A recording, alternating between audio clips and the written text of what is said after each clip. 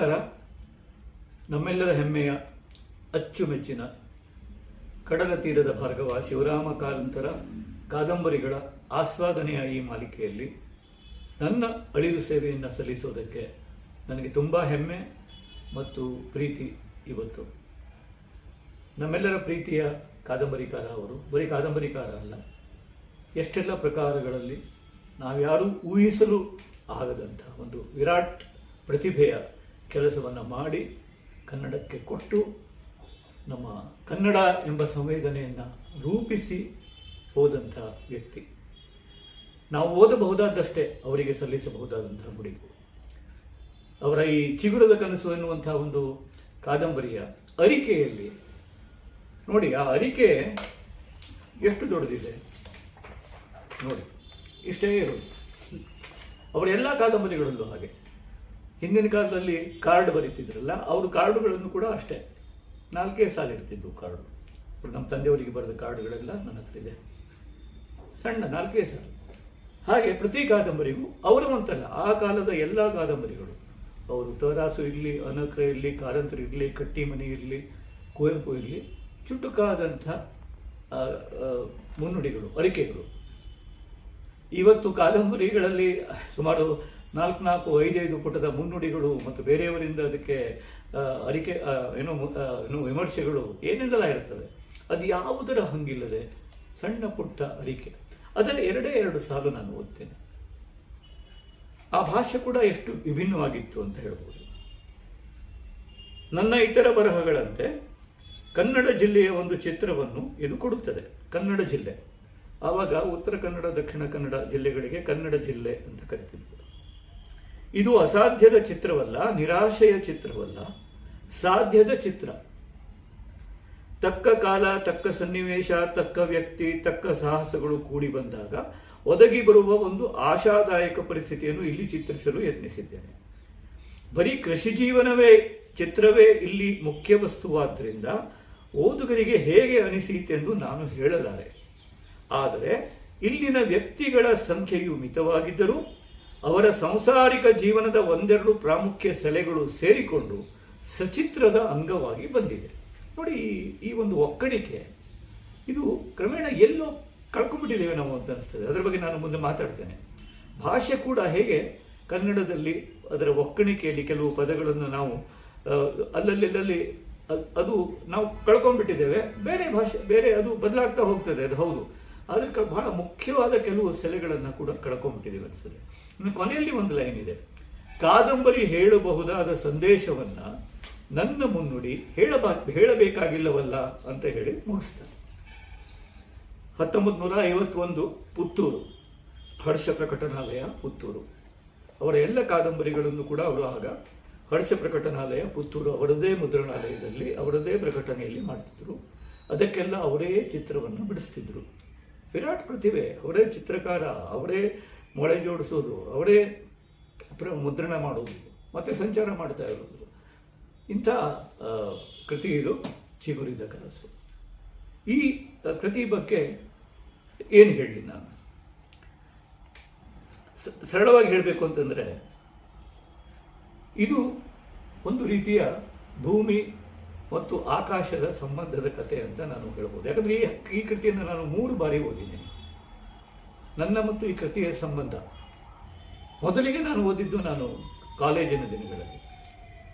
ಆವಾಗ ಕೈಗೆ ಸಿಕ್ಕದನ್ನೆಲ್ಲ ಓದ್ತೀವಿ ನಾವು. ಅಂದರೆ ಏನು ಸಿಕ್ಕಿದ್ರು ಓದಲಿಕ್ಕೆ ಒಂದು ಬೇಕು. ಆವಾಗ ಅದು ಅವ್ರು ಹೇಳಿದ ಹಾಗೆ ಅದು ರುಚಿಸಿತೋ ಗೊತ್ತಿಲ್ಲ ಅಂತ ನಮಗೆ ಅದು ಆವಾಗ ಅಷ್ಟು ಆಕರ್ಷ ಇಲ್ಲ. ಯಾಕಂದರೆ ಕೃಷಿ ಅವೆಲ್ಲ ನಮ್ಮ ಅನುಭವಕ್ಕೆ ಬಂದ, ಅವುಗೆ ನಮ್ಮ ಅನುಭವಕ್ಕೆ ಎಟುಕದ ವಸ್ತುಗಳು. ಯಾಕಂದ್ರೆ ನಮ್ಮ ಜೀವನಕ್ಕೆ ನೇರವಾಗಿ ಸಂಬಂಧಿಸಿದ ಸಂಗತಿ ಅಲ್ಲ. ಕಾರಂತರು ಅಂದರೆ ಅವರ ಬಗ್ಗೆ ಭಯ ಜಾಸ್ತಿ, ಭಕ್ತಿ ಭಯ ಅದಷ್ಟೇ ಹೊರತು ಭಾವಜೀವನಕ್ಕೆ ಸಂಬಂಧಿಸಿದ ಅವ್ರ ಬಗ್ಗೆ ಅವ್ರು ಓದಬೇಕು ಅಂತ ಆ ಥರದ್ದು. ಆಮೇಲೆ ನಂತರ ಅದು ನನ್ನ ಕೆಲಸಕ್ಕಾಗಿ ಅಂದರೆ ಎಷ್ಟೋ ವರ್ಷಗಳ ನಂತರ, ಅಂದರೆ 20 ವರ್ಷದ ಹಿಂದೆ ನಾನು ಚಿಗುರಿದ ಕನಸು ಚಿತ್ರಕಥೆಗಾಗಿ ನಾನು ಓದಿದ್ದು. ಅದು ಬೇರೆ, ಅದು ಒಂದು ರೀತಿ ಅಸೈನ್ಮೆಂಟ್ ರೀಡಿಂಗ್ ಥರ ಆಯಿತು. ಹೀಗಾಗಿ ದೀಪಾ ಫಡ್ಕೆ ಅವರು ನನಗೆ ಈ ಸರಣಿಗಾಗಿ ಚಿಗುರಿದ ಕನಸು ಬಗ್ಗೆ ನೀವು ಮಾತಾಡಬೇಕು ಅಂತ ಹೇಳಿದಾಗ ನನಗೆ ಪ್ರಾಬ್ಲಮ್ ಆದಿದ್ದೇನೆಂದರೆ ಮತ್ತೆ ಮತ್ತೆ ನಾವು ಚಲನಚಿತ್ರಕ್ಕಾಗಿ ಮಾಡಿದಂತಹ ಕೆಲವು ಬದಲಾವಣೆಗಳು, ಚಲನಚಿತ್ರಕ್ಕಾಗಿ ಮಾಡಿದಂತಹ ಚರ್ಚೆಗಳು, ಆಮೇಲೆ ಚಲನಚಿತ್ರದಲ್ಲಿ ಬಂದಂತಹ ಅದರ ಸ್ವರೂಪ ಅದೇ ನನ್ನ ತಲೆಯಲ್ಲಿ ಬರ್ತಾ ಇತ್ತು ಹೊರತು ಮೂಲ ಕಾದಂಬರಿ ನನಗೆ ಮನಸ್ಸಿಗೆ ಬರ್ತಿರಲಿಲ್ಲ. ಹೀಗಾಗಿ ನಾನು ನನ್ನದೇ ವೇಳೆಯನ್ನು ತೆಗೆದುಕೊಂಡು ಮೂಲ ಕಾದಂಬರಿಯನ್ನು ತುಂಬ ಆಳವಾಗಿ ಮತ್ತೆ ಓದಿದೆ ಕಳೆದ ಒಂದು ವಾರದಲ್ಲಿ. ಅದು ನನ್ನನ್ನು ಎಷ್ಟು ಆವರಿಸ್ಕೊಳ್ತು ಅಂದರೆ, ಮೂಲ ಕಾದಂಬರಿಯ ಮೂಲ ಸೆಲೆ 1951ನೇ ಇಸ್ವಿಯಲ್ಲಿ ಬರೆದ ಸೆಲೆ, ಅದರ ಭಿತ್ತಿ ಅದು ಹೇಗಿದೆ ಅಂದರೆ ಅದು ನನ್ನನ್ನು ನಿಜಕ್ಕೂ ತುಂಬ ವಿನೀತನನ್ನಾಗಿಸ್ತು. ಅದು ಅದರ ಹೊಸ ಹೊಸ ವಿನ್ಯಾಸಗಳು ನನಗೆ ಕಾಣಬರ್ತಾ ಇದೆ ಈಗ. ಯಾಕಂದರೆ ಅದು ಪ್ರಕೃತಿ ಅನ್ನೋ ಶಬ್ದ ನೋಡಿ ಅದು ಹೆಂಗಿದೆ ಅಂದರೆ, ನಾವು ಪ್ರಕೃತಿ ಅನ್ನೋದು ನೇಚರಿಗೆ ಹೇಳ್ತೀವಿ, ಇಂಗ್ಲೀಷಲ್ಲೂ ಹಾಗೆ ನೇಚರ್ ಅಲ್ವಾ ಪ್ರಕೃತಿ. ಒಬ್ಬ ಮನುಷ್ಯನ ಸ್ವಭಾವಕ್ಕೂ ನೇಚರ್ ಅಂತದೆ ಇಂಗ್ಲೀಷಲ್ಲಿ. ಅವನು ನೇಚರ್ ನೋಡ್ರಿ ಹೇಗಿದೆ ಅಂತೀವಿ, ನಾವು ಕೂಡ ಅವ್ರ ಪ್ರಕೃತಿನೇ ಹಾಗೆ ರೀ ಅಂತೀವಿ. ಈ ಎರಡೂ ಶಬ್ದಗಳು ಒಂದೇ ಆಗಿರೋದು ಅದು ಕಾಕತಾಳೀಯ ಅಲ್ಲ. ಯಾಕಂದರೆ ಮನುಷ್ಯ ಕೂಡ ಈ ಪ್ರಕೃತಿಯದೇ ಒಂದು ವಿಸ್ತರಣೆ. ಸೊ ಮೂಲವಾದ ಪ್ರಕೃತಿ, ಆಮೇಲೆ ಅದರಿಂದ ಹೊರಬಂದಂಥ ಈ ಮನುಷ್ಯ, ಅದರಲ್ಲೇ ಹುಟ್ಟಿ ಅದರದೇ ವಿಸ್ತರಣೆ ಆದಂಥ ಒಬ್ಬ ಜೀವಲೋಕ, ಆ ಜೀವಲೋಕದ ಒಂದು ವ್ಯಕ್ತಿಯಾದಂಥ ಮನುಷ್ಯ, ಅವನ ಸ್ವಭಾವದಿಂದ ಆದಂಥ ಅವನೇ ಮಾಡಿಕೊಂಡಂಥ ಪಡಿಪಾಟಲು, ಇವುಗಳ ಒಂದು ವಿನ್ಯಾಸ, ಇವುಗಳ ನಡುವಿನ ಒಂದು ಸಂಘರ್ಷ ಈ ಕಾದಂಬರಿಯಲ್ಲಿ ಮುಖ್ಯವಾದ ಭಿತ್ತಿ. ಮತ್ತು ಒಂದು ಚಲನಶೀಲತೆ ಅಂದರೆ, ಮೂಲ ಕನ್ನಡ ಜಿಲ್ಲೆಯ ಒಂದು ಕುಟುಂಬ, ಅದು ಇದರಲ್ಲಿ ಬಹಳ ಚೆನ್ನಾಗಿ ಅವರದೇ ಮಾತಿನಲ್ಲಿ ಹೇಳಬೇಕು ಅಂತಂದರೆ, ನೌಕರಿಯ ಹಂಗಿಗಾಗಿ ನೆಲದ ಹಂಗು ತೊರೆದ ಮುಸಾಫಿರರ ಕಥೆ. ಅಂದರೆ ಒಂದು ಕಡೆ ಬರ್ತದೆ ಅದು, ನಾವೆಲ್ಲ ಹಾಗೆ ನೌಕರಿಯ ಹಂಗಿಗಾಗಿ ನೆಲದ ಹಂಗು ತೊರೆದ ಮುಸಾಫಿರರು ನಾವು. ಅಂದರೆ ದಕ್ಷಿಣ ಕನ್ನಡದ ಒಂದು ಕುಟುಂಬ ನೌಕರಿಗಾಗಿ ಆ ಕಾಲದಲ್ಲಿ 1950ರಲ್ಲಿ ಅವರು ಹಡಗು ಹಿಡ್ಕೊಂಡೋ ಅಥವಾ 2-3 ರೈಲುಗಳನ್ನು ಬದಲಾಯಿಸಿಯೋ ಮುಂಬೈಗೆ ಹೋಗಿ ಅಲ್ಲಿ ನೆಲೆಸಿರ್ತಾರೆ. ಮುಂಬೈಯಿಂದ ಆ ಒಂದು ಕುಟುಂಬ ದೆಹಲಿಗೆ ಹೋಗಿರ್ತದೆ. ಆ ಕಾಲದಲ್ಲಿ ದೇಹಲಿ ಅಂತಿದ್ದು, ಇದರಲ್ಲಿ ಅವರು ದೇಹಲಿ ಅಂತ ಯೂಸ್ ಮಾಡ್ತಾರೆ. ದೆಹಲಿಗೆ ಹೋಗಿ ಅಲ್ಲಿ ಒಂದು ಗೌರ್ಮೆಂಟ್ ಕೆಲಸದಲ್ಲಿ ಕೆಲಸ ಮಾಡ್ತಿರ್ತಾರೆ ಬಾಬುಗಳಾಗಿ. ಅದು ಕನ್ನಡ ಕುಟುಂಬ. ಅವರ ಮಗ ಶಂಕರ, ಅವನ ಕಥೆ ಇದು. ಹೀಗಾಗಿ ಅವನು ಮನೆಯಲ್ಲಿ ಬಾಂಬೆಯಲ್ಲಿ ಅವನು ಹುಟ್ಟಿದಾಗ ಮರಾಠಿ ಮಾತಾಡ್ತಿರ್ತಾರೆ ಮನೆಯಲ್ಲಿ, ಅಕ್ಕಪಕ್ಕದಲ್ಲಿ ಮುಂಬೈ ಹಿಂದಿ ಅಕ್ಕಪಕ್ಕದವರ ಜೊತೆಗೆ. ಸೊ ಭಾಷೆಯಲ್ಲಿ ಮರಾಠಿ ಮತ್ತು ಹಿಂದಿ, ಅದು ಆವಾಗ ಮರಾಠಿ ಒಂಥರ ನಡೆದಾಡುವ ಭಾಷೆ. ಅಲ್ಲಿ ಹೋದ ಮೇಲೆ, ದೆಹಲಿಗೆ ಹೋದ ಮೇಲೆ ಮರಾಠಿ ಮನೆ ಭಾಷೆ ಆಗ್ತದೆ, ಮನೆಯೊಳಗೆ ಮಾತ್ರ ಆಡುವ ಭಾಷೆ. ಹಿಂದಿ ಹೊರಗಡೆಯ ಭಾಷೆ ಆಗ್ತದೆ, ಇಂಗ್ಲೀಷು ಆಫೀಸಿನ ಭಾಷೆ ಆಗ್ತದೆ. ಆಮೇಲೆ ಅವನು ಒಂದು ದಿವಸ ಅವನಿಗೆ ಸ್ನೇಹಿತರ ಜೊತೆಗೆ ಅಲ್ಲಿ ಹಾಸ್ಟೆಲಿಗೆ ಹೋಗ್ತಾನೆ. ಅವನು ಬನಾರಸ್ನಲ್ಲಿ ಅವನು ಹಾಸ್ಟೆಲ್ನಲ್ಲಿ ಹೋಗ್ತಾನೆ. ಅವನು ಅಧ್ಯಯನಕ್ಕೆ ಹೋದಾಗ ಅಲ್ಲಿ ಎಲ್ಲ ಗೆಳೆಯರು ಬೇರೆ ಬೇರೆ ಕಡೆಯಿಂದ ಬರ್ತಾರೆ, ಹಾಸ್ಟೆಲ್ನಲ್ಲಿ ಬೇರೆ ಬೇರೆ ರಾಜ್ಯದ ಕಡೆಯಿಂದ ಬರ್ತಾರೆ. ಆಗ ಎಲ್ಲರ ಭಾಷೆ ನೋಡಿ ಅವನಿಗೆ ಅರೆ ಇದು ಈ ಪ್ರಪಂಚವೇ ಬೇರೆ ಅನಿಸ್ತದೆ. ಅಲ್ಲಿ ಒಬ್ಬನು ದಕ್ಷಿಣ ಕನ್ನಡದ ಒಬ್ಬ ಹುಡುಗ ಸೀತಾರಾಮ್ ಅಂತ ಬರ್ತಾನೆ. ಅವನು ಹೇಳ್ತಾನೆ ಅವನಿಗೆ, ನಮ್ಮೂರಿಗೆ ಬಾ ನೀನು, ಹಾಗೆ ಹೀಗೆ ಅಂತ ಹೇಳ್ತಾನೆ. ಅವನು ಊರಿಗೆ ದಕ್ಷಿಣ ಕನ್ನಡಕ್ಕೆ ಬಂಗಾಡಿಗೆ ಬಂದಾಗ ಅಲ್ಲಿ ಮೊದಲ ಬಾರಿಗೆ ಅವನಿಗೆ ಕನ್ನಡ, ತುಳು ಈ ಭಾಷೆಗಳು ಪರಿಚಯ ಆಗ್ತದೆ. ಮತ್ತು ಅವನಿಗೆ ಬಂಗಾಡಿ ಅನ್ನುವಂಥ ಊರು ಕೇಳಿದಾಗ ತನ್ನ ತಂದೆಯ ಬಾಯಿಂದ ತನ್ನ ಅಜ್ಜನ ಬಗ್ಗೆ ಕೇಳ್ಪಟ್ಟಿದ್ದು ನೆನಪಾಗಿ ಇಲ್ಲಿ ತನ್ನ ಊರಿನ ಮೂಲ ಬೇರುಗಳು ಇದ್ದಾವೆ ಅನ್ನೋದು ಗೊತ್ತಾಗ್ತದೆ. ಹೀಗಾಗಿ ಅವನು ಇಲ್ಲಿ ತನ್ನ ಮೂಲದ ಬೇರು ಇದೆ ಅಂತ ಅದರ ಹುಡುಕಾಟಕ್ಕೆ ಶುರು ಮಾಡ್ತಾನೆ. ಹೀಗೆ ಮೂಲವನ್ನು ಹುಡುಕಬೇಕು, ತನ್ನ ಮೂರು ಇಲ್ಲೇ ಇದೆ. ಹೀಗಾಗಿ ಅವನಿಗೆ ಪ್ರಕೃತಿಯ ಬಗ್ಗೆ ಒಂದು ಸೆಳೆತ, ಅವನು ಸ್ವಲ್ಪ ಇಂಟ್ರೋವರ್ಟ್ ಅಂತೇನು ಈಗಿನ ಕಾಲದ ಶಬ್ದಗಳಲ್ಲಿ ಆ ಥರದ ವ್ಯಕ್ತಿ ಅಂತ ಮಾಡಿದ್ದಾರೆ. ಸೊ ಅವನು ಅದರ ಹುಡುಕಾಟ, ಅವನಿಗೆ ಇಲ್ಲಿ ತಾನು ಜಾಗ ತಗೊಳ್ಬೇಕು, ಇಲ್ಲೇ ಇರಬೇಕು, ಅಲ್ಲಿ ಅಜ್ಜಿ ಇರ್ತಾರೆ. ಮತ್ತು ಅವರು ಆ ಕಾಲದಲ್ಲೇ 51ರ ಒಂದು ಕಾದಂಬರಿ ಎಷ್ಟು ಓಡಾಡಿದ್ದಾರೆ, ಎಷ್ಟು ಸಂಚಾರ ಮಾಡಿದ್ದಾರೆ ಅಂದರೆ, ದೆಹಲಿಯ ಬದುಕು ಅಂದರೆ 2 ಬದುಕು, ಗ್ರಾಮೀಣ ಬದುಕು ಮತ್ತು ದೆಹಲಿಯ ಬದುಕು ಕಣ್ಣಿಗೆ ಕಟ್ಟುವ ಹಾಗೆ. ದೆಹಲಿಯ ಬಾಬುಗಿರಿಯ ಬದುಕು, ಅಲ್ಲಿಯ ಗೌರ್ಮೆಂಟ್ ಜನರ ಬದುಕು, ಅಲ್ಲಿಯ ಹೈ ಸೊಸೈಟಿ ಅಂತ ಏನು ಕರಿತೇವೆ ಅವರ ಒಂದು ಶೋಕಿಯ ಬದುಕು, ಅಲ್ಲಿಯ ಕ್ಲಬ್ಬುಗಳ ಬದುಕು, ವನಿತಾ ವಲಯ ಅಂತ ಕರೀತಾರೆ. ಆ ಕ್ಲಬ್ಬುಗಳ, ವಿಮೆನ್ಸ್ ಕ್ಲಬ್ಗಳು, ವನಿತಾ ವಲಯಗಳ ಬದುಕು, ಇವುಗಳದ್ದು ಒಂದು.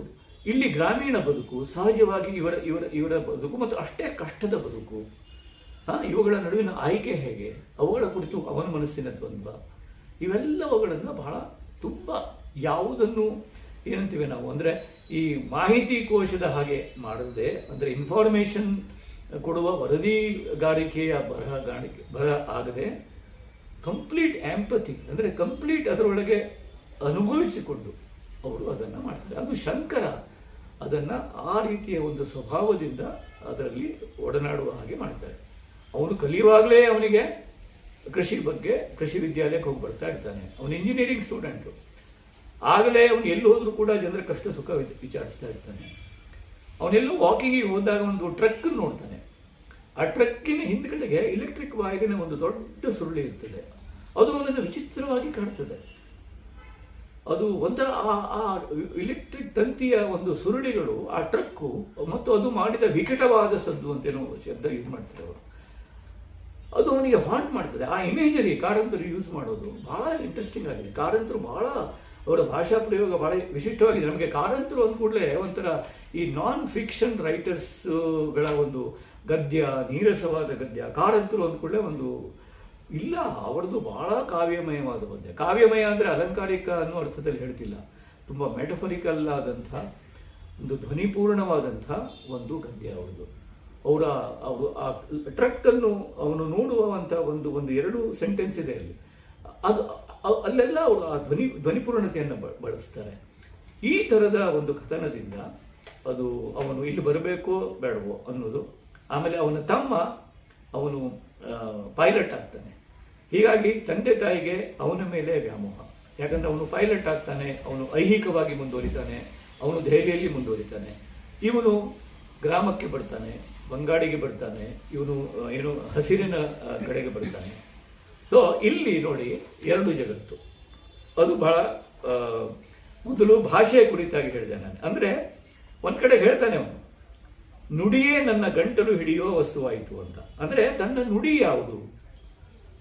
ಅದು ನನ್ನದು ಮರಾಠಿನೋ, ನನ್ನದು ಹಿಂದಿನೋ, ನನ್ನದು ಇಂಗ್ಲೀಷೋ, ಅಥವಾ ನಾನಿನ್ನೂ ಆಡಿರದ ಗೊತ್ತಿರದ ಕನ್ನಡನೋ, ಅಥವಾ ನನ್ನದು ತುಳು, ಊರಿಗೆ ಹೋದಾಗ ಕೇಳಿದ ತುಳುನೋ, ನನ್ನದು ಏನದು ಅಂತ. ನುಡಿಯಲ್ಲಿರುವ ಊರು ಮಾಯವಾಗಿತ್ತು ಅಂತ ನಾವು, ಅಂದರೆ ನುಡಿಯಲ್ಲಿ ಊರಿರುತ್ತದೆ ಅನ್ನುವಂಥ ಒಂದು ಜಿಜ್ಞಾಸೆ ಇದೆ ಇಲ್ಲಿ.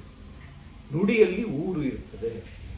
ಸೊ ನುಡಿಯಲ್ಲಿ ಊರೋ ಅಥವಾ ಊರಿನಲ್ಲಿ ನುಡಿಯೋ, ಊರಿನಿಂದ ನುಡಿ ಬರ್ತದೆಯೋ, ನುಡಿಯಲ್ಲಿ ಊರಿರ್ತದೆಯೋ, ಇಂಥ ಬೀಜ ಮಾತುಗಳು ನಮ್ಮಲ್ಲಿ ಬಿತ್ತುವಂಥ ಬರವಣಿಗೆ ಇದೆ. ಆಮೇಲೆ ಅಣ್ಣ ಮತ್ತು ತಮ್ಮನ ನಡುವೆ ನಡೆಯುವ ಮಾತುಕತೆ ಬಹಳ ಒಂದು ತುಂಬ ಮಾರ್ಮಿಕವಾದ ಮಾತುಕತೆ ಅದರಲ್ಲಿ ನಡೆಯುತ್ತೆ. ಅದರಲ್ಲಿ ಒಂದು ಸೆನ್ಸ್ ಆಫ್ ಫ್ಯೂಟಿಲಿಟಿ, ಅಂದರೆ ಸೆನ್ಸ್ ಆಫ್ ಫ್ಯೂಟಿಲಿಟಿ ಆಫ್ ವಾರ್, ಯುದ್ಧದ ಒಂದು ವಿಫಲತೆ, ಆ ಯುದ್ಧದ ಒಂದು ಆ ಕಾನ್ಸೆಪ್ಟ್ ಬಗ್ಗೆ ಮಾತಾಡೋದಿದೆ. ಅಂದರೆ ಯುದ್ಧದಲ್ಲಿ ಸಾಯೋದು ಯುವಕರು, ತರುಣರು.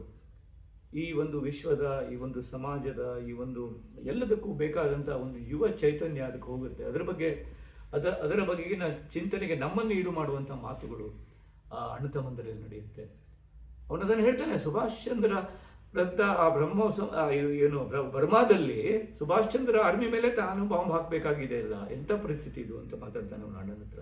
ಬಿಟ್ಟಲ್ಲ ಆ ಯುದ್ಧದ ಕಾಲದ ಆ ಸಂಬಂಧ ಮತ್ತು ಆ ಯುದ್ಧಗಳಿಂದ ಆಗಿರೋ ಅನಾಹುತಗಳು, ಯುದ್ಧಗಳಿಂದ ಆಗುವಂಥ ಬೆಲೆ ಏರಿಕೆ, ಯುದ್ಧಗಳಿಂದ ಆಗುವಂಥ ನಿರುದ್ಯೋಗ, ಅಂದರೆ ಇವೆಲ್ಲ 1950s ಬಂದಂಥ ಇದು. ಅದು ಮತ್ತು ಎಷ್ಟು ನಮಗೆ ಅದು ಮನಸ್ಸಿಗೆ ನಾಟುವಂತೆ ಅದನ್ನು ಕಾರಂತರು ಅದನ್ನು ಹೇಳ್ತಾರೆ. ಆಮೇಲೆ ಎಷ್ಟು ರೆಲೆವೆಂಟ್ ಅನಿಸ್ತದೆ ಅಂತಂದರೆ, ಕೆಲವೊಂದು ವಿಚಾರಗಳು ಆ ಕಾಲಕ್ಕೆ ಬರೆದಿದ್ದಾರೆ. ಯಂಗ್ಸ್ಟರ್ಸು ಯಾವಾಗಲೂ ಆಧುನಿಕರಾಗಿರ್ತಾರೆ, ಅವರ ಮಾತನ್ನು ನಾವು ಕೇಳಬೇಕು ಅನ್ನೋದನ್ನು ಕಾರಂತರು ಹೇಳ್ತಾರೆ. ನಾವು ಹಿರಿಯ ನಾಗರಿಕರು ಮತ್ತು ಯಂಗ್ಸ್ಟರ್ಸಿಗೆ ಪ್ರೀಚಿಂಗ್ ಮೋಡ್ ಯಾವತ್ತೂ ಆಗಲ್ಲ. ನಾವು ಹಿರಿಯ ನಾಗರಿಕರು, ನೀವು ಹಿಂಗೆ ಕೇಳಬೇಕು, ನೀವು ಹಿಂಗೆ ಕೇಳಬೇಕು, ನಾವು ಹಿಂಗಿದ್ವಿ, ನಾವು ಹಂಗೆ ಇಲ್ಲ. ಯಂಗ್ಸ್ಟರ್ಸ್ ಯಾವಾಗಲೂ ಎಳೆಯರು, ಹೊಸ ತಲೆಮಾರು, ಇವಾಲ್ಡ್ ಆಗಿರ್ತದೆ. ಅದು ನೇಚರು, ಅದು ಪ್ರಕೃತಿಯಲ್ಲಿ ಚಿಗುರು ಯಾವಾಗಲೂ ಬೆಳಕಿನತ್ರ ಮುಖ ಮಾಡೇ ಬಂದಿರ್ತದೆ, ಗೊತ್ತಾಯ್ತಲ್ಲ. ಸೊ ಆ ಚಿಗುರು ಬಹಳ ಮಹತ್ವದ್ದಾಗಿರ್ತದೆ. ಚಿಗುರಿನ ಮಾತನ್ನು ಕೂಡ ಕೇಳಬೇಕು ಕಾಂಡ. ಚಿಗುರನ ಮಾತು ಅದು ಕೂಡ ಅಲ್ಲಿ ಬಹಳ ಸುಮಧುರವಾಗಿ ಬರ್ತದೆ. ಯಾಕಂದರೆ ಮುತ್ತಯ್ಯ ಗೌಡ ಮುತ್ತಯ್ಯ ಅನ್ನುವನು ಬಹಳ ಹಳಬ. ಅವನನ್ನು ಏಕವಚನದಲ್ಲಿ ಮಾತಾಡಿಸ್ತಿರ್ತಾರಲ್ಲ, ಅದು ಈ ಯುವಕರಿಗೆ ಆಗೋದಿಲ್ಲ. ಈ ಯುವಕರು ಹಳ್ಳಿಗೆ ಹೋದಾಗ ಅವನನ್ನು ಮುತ್ತಯ್ಯ ಗೌಡ್ರೆ, ಮುತ್ತಯ್ಯನವರೇ ಅಂತ ಮಾತಾಡಿಸ್ತಾರೆ. 1951ರಲ್ಲಿ ಬರೆದಂಥ ಕಾದಂಬರಿಯಲ್ಲಿ ಬಹಳ ಮಹತ್ವದ ಪಾಯಿಂಟ್ ಇದು. ಒಬ್ಬ ಯುವ ಹುಡುಗರು ಆ ಹಿರಿಯ ಕೆಲಸದ ವ್ಯಕ್ತಿಯನ್ನು ಬಹುವಚನದಲ್ಲಿ ಮಾತಾಡುವ ಒಂದು ಬಿಂದು ಇದೆಯಲ್ಲ, ಅದು ಕಾರಂತರು ಕೊಡುವಂಥ ಬಹಳ ದೊಡ್ಡ ಕಾಣಿಕೆ. ಆದರೆ ಇದು ಕೇಳಿಸಿ ಜಾಣ ಕಿವುಡರಿಗೆ ಅದು ಕೇಳೋದಿಲ್ಲ. ಅದು ಅದು ಬಹಳ ಮಹತ್ವದ ಬಿಂದು ಅಂತ ನಾನು ಅಂದ್ಕೊಂಡಿದ್ದೇನೆ. ಅಷ್ಟೇ ಮಹಿಳಾಪರವಾದ ಧ್ವನಿಯನ್ನು ಕೂಡ ಅದರಲ್ಲಿ ಇಟ್ಟಿದ್ದಾರೆ. ಆ ಕಾಲದಲ್ಲಿ ವರಲಕ್ಷ್ಮಿ ಸ್ನಾತಕೋತ್ತರ ಪದವಿಯನ್ನು ಮಾಡಿ ಅವಳು ಅಧ್ಯಾಪಕಿಯಾಗಿ ಹಾಸ್ಟೆಲ್ನಲ್ಲಿ ವಾಸಿಸ್ತಾಳೆ ದೆಹಲಿಯಲ್ಲಿ. ಆವಾಗ 1950s ಬಗ್ಗೆ ನಾನು ಮಾತಾಡ್ತಿರೋದು. ಇವುಗಳನ್ನೆಲ್ಲ ನೋಡಿದ್ರೆ ಕಾರಂತರು ತುಂಬ, ಅಂದರೆ ಈ ಅರ್ಬನೈಸೇಷನ್ ಬಗ್ಗೆ, ನಾವು ಈ ಸಿಟಿಗಳನ್ನಿಂದ ಓದುವುದು, ಗ್ರಾಮಗಳನ್ನು ರಮ್ಯಗೊಳಿಸೋದು, ಅದು ಒಂದು ತುಂಬ ಸರಳೀಕೃತವಾದಂಥ ಒಂದು ಮಾತುಕತೆಗಳು. ಆದರೆ ನಗರೀಕರಣದಲ್ಲಿ ಕೆಲವೊಂದು ಸಾಮಾಜಿಕ ಪಿಡುಗುಗಳಿಗೆ ಮದ್ದುಗಳು ಇವೆ. ಇಟ್ ಲೆವೆಲರ್, ಅದೊಂದು ಲೆವೆಲರ್. ಅದು ಕೆಲವೊಂದು ಹಳೆಯ ಕಾಲದ ಕೆಲವೊಂದು ಬೇಡವಾದಂಥ ಈ ಲೇಯರಿಂಗ್ಗಳನ್ನು ಕೂಡ ತೆಗೆದುಹಾಕ್ತದೆ. ಎಲ್ಲರೂ ಒಂದು ಕಾಯಕದಲ್ಲಿ, ಎಲ್ಲರೂ ಒಂದು ಕಾಯಕದಲ್ಲಿ ಆ ಮೇಲು ಕೇಳುಗಳಿಲ್ಲ ಎನ್ನುವ ಕಾಯಕದಲ್ಲೂ ಎಲ್ಲರನ್ನೂ ಒಂದು ಮಾಡುವಂತಹ ಒಂದು ಕೆಲಸ ನಗರೀಕರಣಕ್ಕಿದೆ. ಅದನ್ನು ಕೂಡ ಕಾರಂತರು ತುಂಬ ಸೂಕ್ಷ್ಮವಾಗಿ, ತುಂಬ ಸುಂದರವಾಗಿ ಈ ಕೃತಿಯಲ್ಲಿ ಹೇಳ್ತಾರೆ. ಆಮೇಲೆ ಸಾಹಿತ್ಯವಾಗಿ ನೋಡಿದರೆ, ಅಂದರೆ ಸಾಹಿತ್ಯದ ದೃಷ್ಟಿಯಿಂದ, ಬರವಣಿಗೆಯಿಂದ ದೃಷ್ಟಿ ನೋಡಿದರೆ, ಕಾರಂತರು ಪಾತ್ರ ಪುಷ್ಟಿಯನ್ನು ಎಷ್ಟು ಚೆನ್ನಾಗಿ ಮಾಡ್ತಾರೆ ಅಂತಂದರೆ, ಅವರು ಅಂದರೆ ಯಾವುದೇ ಈಗ ಬೇಸಾಯ ಅಂತ ಏನೂ ಇಲ್ಲ. ಆ ಬೇಸಾಯಕ್ಕೆ ಬೇಕಾದ, ನಾನು ಹಿಂದೆ ಹೇಳಿದೆ ನಾನು ಅದನ್ನು ಒಂದ್ಸಲ, ಬೇಸಾಯಕ್ಕೆ ನೋಡಿ ಅವರು ತಗ್ಗು ತೋಡೋದು, ತಗ್ಗು ತೋಡುವಾಗ ಆ ತಗ್ಗು ತೋಡುವಾಗ ಅಂದರೆ ಈ ಇಳಿಜಾರಿನ ಜಾಗದಲ್ಲಿ ತಗ್ಗು ನೀರು ಹೋಗಲಿಕ್ಕೆ ತಗ್ಗು ತೋಡಿದ್ರೆ, ಸೀದಾ ತಗ್ಗು ತೋಡಿದ್ರೆ ಜೋರಾಗಿ ಮಳೆ ಬಂದರೆ ಅದು ದೊಡ್ಡ ದಿನ್ನೆಯಾಗಿ ಹೋಗ್ಬಿಡ್ತದೆ. ಅದಕ್ಕಾಗಿ ಅಡ್ಡತಿಡ್ಡವಾಗಿ ತೋಡಬೇಕು. ಇಂಥದ್ದೆಲ್ಲ ಹೊಸ ಹೊಸ ವಿಚಾರಗಳನ್ನು ಶಂಕರ ಮಾಡ್ತಾನೆ. ಅದೆಲ್ಲ ಸುಮ್ಮನೆ ಪಡೆದದ್ದಲ್ಲ, ಅವರು ತುಂಬ ಆಳವಾಗಿ ಯೋಚನೆ ಮಾಡಿ ಅದನ್ನು ಮಾಡಿದ್ದಾರೆ. ಅದೇ ರೀತಿ ಆ ಕಾಲದಲ್ಲೇ ಆರ್ಗ್ಯಾನಿಕ್ ಫಾರ್ಮಿಂಗ್ ಬಗ್ಗೆ ಆ ಕಾಲದಲ್ಲೇ ಕಾರಂತರು ಸಾವಯವ ಕೃಷಿ ಬಗ್ಗೆ ಕೆಲವು ವಿಚಾರಗಳನ್ನು ಅಲ್ಲಿ ಬಿತ್ತಿದ್ದಾರೆ. ಅದನ್ನು ಕೂಡ ಬಹಳ ಮಹತ್ವದ್ದಾಗಿ ಹೇಳ್ಬೋದು. ಆಮೇಲೆ ಭಾಷಾ ಲಾಲಿತ್ಯ, ನಾನು ಅವಾಗ ಅದನ್ನು ಹೇಳಿದೆ, ಅಂದರೆ ಅದು ಅವರದ್ದೇ ಅಂತ ಒಂದು ಸ್ಟ್ಯಾಂಪ್ ಇರುತ್ತೆ, ಒಂದು ಸೂಕ್ಷ್ಮವಾದಂಥ ಒಂದು ವಿನೋದವೂ ಅದರಲ್ಲಿ ಅಡಕವಾಗಿರುತ್ತೆ. ಅವ್ರು ನೋಡಿ, ಎಳೆತನದ ಸ್ಮರಣೆಗಳು ಅಂತ ಹೇಳ್ತಾರೆ. ಈ ರೀತಿಯ ಪದ ಪ್ರಯೋಗಗಳು. ಹಿರಿಯರನ್ನು ಅಧಿಕರಿಸುವ ಹಠಮಾರಿತನ ಅಂತಾರೆ. ಅಧಿಕರಿಸುವ, ಈ ಪ್ರಯೋಗ ನಾವು ಮಾಡಲ್ಲ ಈಗ. ಹಿರಿಯರ ಮೇಲೆ ಅಧಿಕಾರ ಚಲಾಯಿಸುವ ಅಂತೀವಿ. ಹಿರಿಯರನ್ನು ಅಧಿಕರಿಸುವ. ಆವಾಗ ಹೇಳಿದ ಲಾರಿಯ ವಿಕಟ ಧ್ವನಿ ಅಂತ ಹೇಳ್ತಾರೆ. ಆಸೆ ಅಂತರಂಗಗಳನ್ನು ಚರ್ಚಿಸಿದವನು ಅಂತಾರೆ. ಒನಪುಗಾತಿ, ಎಲೆಯ ಆಕಾರದ ಮುಖ ಗೋಚರಕ್ಕೆ ಬಂತು ಅಂತಾರೆ. ಎಲೆಯ ಆಕಾರದ ಮುಖ ನೋಡಿ ಎಷ್ಟು ಚೆನ್ನಾಗಿದೆ ಇದು. ಅದು ಅಂದರೆ ಇವು ನಾವು ಕಾರಂತರು ಕಾದಂಬರಿ ಅಂದ್ಕೊಳ್ಳೋದು ಒಂಥರ ಗಂಭೀರವಾದ ಶಾಲೆ ಕಾಲೇಜಿನ ನೋಟಿಸ್ ಬೋರ್ಡು ಅನ್ನೋ ಥರ ನೋಡ್ತಿರ್ತೀವಿ. ಈ ಥರದ ಒಂದು ಎಲೆಯಾಕಾರದ ಮುಖ ಕಾರಂತರ ಲೇಖನಿಯಲ್ಲಿ ಬಂದಿದ್ದನ್ನು ನೆನಪು ಮಾಡಿಕೊಂಡ್ರೆ ಏನೋ ಖುಷಿ ಆಗ್ತದೆ ನಮಗೆ. ಭವಿಷ್ಯದ ಠಾವು ಠಿಕಾಣಿಗಳನ್ನು, ಆಮೇಲೆ ಅಂತರ್ಜಾತೀಯ ವಿವಾಹಗಳಿಗೆ ಮಿಶ್ರ ವಿವಾಹಗಳು ಅನ್ನೋ ಶಬ್ದ ಯೂಸ್ ಮಾಡ್ತಾರೆ.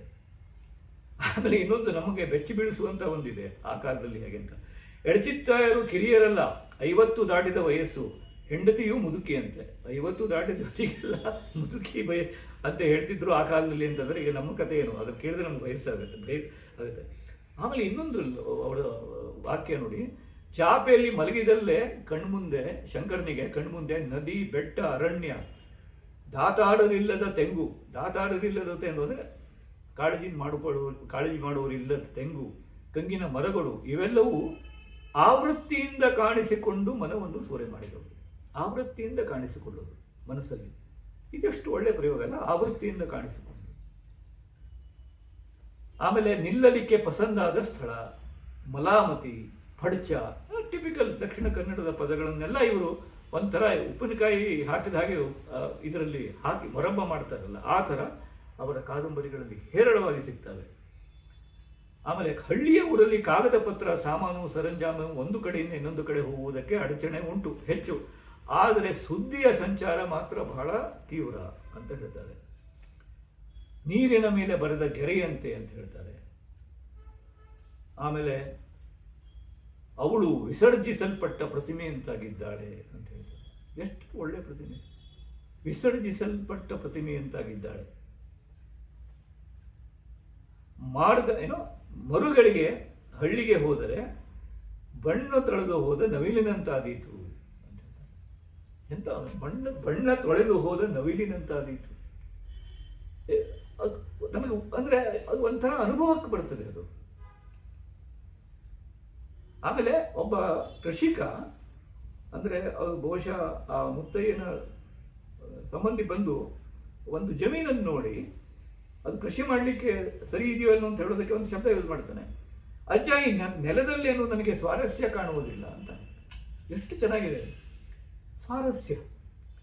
ನಾವು ಸ್ವಾರಸ್ಯ ಅನ್ನೋದು ಯಾವುದೋ ಪಿಕ್ಚರ್ ನೋಡ್ಕೊಂಡ್ಬಂದು ಮತ್ತೆ ಒಂದು ನೆಲದಲ್ಲಿ ಒಂದು ಸ್ವಾರಸ್ಯ ಕಾಣೋದು, ಇದು ಈ ಕಾದಂಬರಿಯ ಒಂದು ಜೀವಾಳ. ಇದು ಬದುಕಿನ ಒಂದು ಸ್ವಾರಸ್ಯ, ಬದುಕಿನಲ್ಲಿ ಸ್ವಾರಸ್ಯ ಕಾಣೋದು.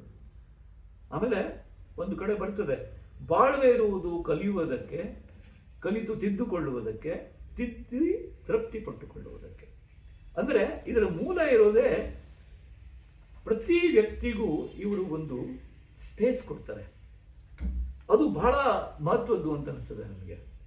ಅಂದರೆ ಬೆಳವಣಿಗೆಗೆ ಒಂದು ಸ್ಪೇಸ್, ಅದು ಸ್ಪೇಸ್ ಫಾರ್ ಎ ಚೇಂಜ್, ಬದಲಾವಣೆಗೆ ಒಂದು ಚೇಂಜ್ ಕೊಡ್ತಾರೆ. ಇದಿಷ್ಟೇ ಅಂತಲ್ಲ, ಅವನೊಂದು ತಪ್ಪು ಎಲ್ಲೋ ಮಾಡಿರ್ಬೋದು, ಇಲ್ಲ ಯಾವುದೇ ಪಾತ್ರವನ್ನು ಫ್ರೀಸ್ ಮಾಡಲ್ಲ. ಒಂದು ಸ್ಪೇಸ್ ಇದೆ ಅಲ್ಲಿ, ಮತ್ತೊಂದು ಬೆಳವಣಿಗೆಗೆ ಒಂದು ಅವಕಾಶ ಇದೆ, ಮತ್ತೊಂದು ಬೆಳವಣಿಗೆಗೆ ಒಂದು ಅವಕಾಶ ಇದೆ. ಅದು ಬಹಳ ಇಂಪಾರ್ಟೆಂಟ್. ಇಡೀ ಕಾದಂಬರಿ ಆ ರೀತಿ ಪ್ರತಿ ಒಂದು ಪಾತ್ರಕ್ಕೆ ಒಂದು ಸ್ಪೇಸ್, ಒಂದು ಬೆಳವಣಿಗೆ, ಒಂದು ಅವಕಾಶವನ್ನು ಕೊಡ್ತಾ ಹೋಗುವಂಥ ಒಂದು ಪ್ರಕೃತಿಯ ಹೇಗೆ ಒಂದು ಪ್ರಕೃತಿಯಲ್ಲಿ ಒಂದು ಸಸ್ಯ ತನ್ನ ದ್ಯುತಿ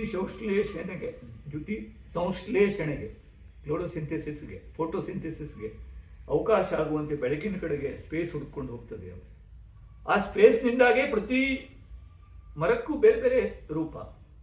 ಅದೇ ಮಾವಿನ ಮರ, ಅದೇ ಬೇವಿನ ಮರ, ಆದರೆ ಅದಕ್ಕೆ ಬೇರೆ ಬೇರೆ ಭಂಗಿ. ಯಾಕೆ ಅಂದರೆ ಅದು ಎಲ್ಲಿ ಬೆಳಕು ಸಿಗ್ತದೆ ಆ ಕಡೆಗೆ ಟೊಂಗೆ ಚಾಚಿಕೊಂಡು ಹೋಗ್ತದೆ. ಹಾಗೆ ಪ್ರತಿ ಜೀವಕ್ಕೂ ಅದರ ಜೀವನ ವಿನ್ಯಾಸ ಯಾಕೆ ಬೇರೆ ಬೇರೆ ಅಂದರೆ ಅದು ತನ್ನ ಸ್ಪೇಸನ್ನು ಬೇರೆ ಬೇರೆ ರೀತಿಯಲ್ಲಿ ಹುಡುಕಿಕೊಂಡು ಹೋಗ್ತದೆ. ಆ ರೀತಿಯ ಜೀವನದ ವಿನ್ಯಾಸಗಳ ಕಥೆ ಇದು. ಹೀಗಾಗಿ ಅದು ಬಂಗಾಡಿ ಮತ್ತು ದೆಹಲಿ ಅದಕ್ಕೆ ಒಂದು ನಿಮಿತ್ತ. ಅಲ್ಲಿ ಬರುವ ವರಲಕ್ಷ್ಮಿ, ಶಂಕರ, ಮಂಜುನಾಥ ಮತ್ತು ಶ್ರೀಮತಿ, ಅಜ್ಜಿ, ಮುತ್ತಯ್ಯ ಮತ್ತು ಅವರೆಲ್ಲರ ಪಾಲಕರು, ಇವರೆಲ್ಲ ಮನುಷ್ಯ ನಿಮಿತ್ತರು, ಹೌದು, ಎಲ್ಲ ಇದ್ದಾರೆ. ಅವರ ಮೂಲಕ ಬದುಕಿನ ಬಳ್ಳಿ ಚಿಗುರುವ ಒಂದು ಕಥಾನಕ ಇದು. ಹೀಗಾಗಿ ಸಾವಿನ ನಡುವೆ ಹುಲಿ, ಚಿರತೆ, DDT, ಕ್ವಿನೈನು, ಸೊಳ್ಳೆ, ಫ್ಲಿಟ್ಟುಗಳ ನಡುವೆ ಬದುಕಿನ ಬಳ್ಳಿ, ಬದುಕಿನ ಮರ ಚಿಗುರುವಂಥದ್ದು ಮತ್ತು ಬೆಳಕಿನ ಕಡೆ ಹೋಗುವಂಥದ್ದು. ಇಂಥ ಒಂದು ಅಮೂಲ್ಯ ಒಂದು ಕೃತಿಯಲ್ಲಿ ಇವಿಲ್ ಬಹಳ ಕಡಿಮೆ ಕಾಣ್ತು ನನಗೆ. ಅದು ಕೇಡು, ಎವಿಲ್ ಅಂತ ಏನು ಕರಿತೀವಿ, ಇವಿಲ್ ಅಂತ ಏನು ಕರಿತೀವಿ, ಅದು ಬಹಳ ಕಡಿಮೆ ಕಾಣ್ತು. ಯಾಕಂದರೆ ಕಾರಂತರು ಲೇಸಿನ ಕಡೆ ಮುಖ ಮಾಡಿ ಇದ್ದವರು.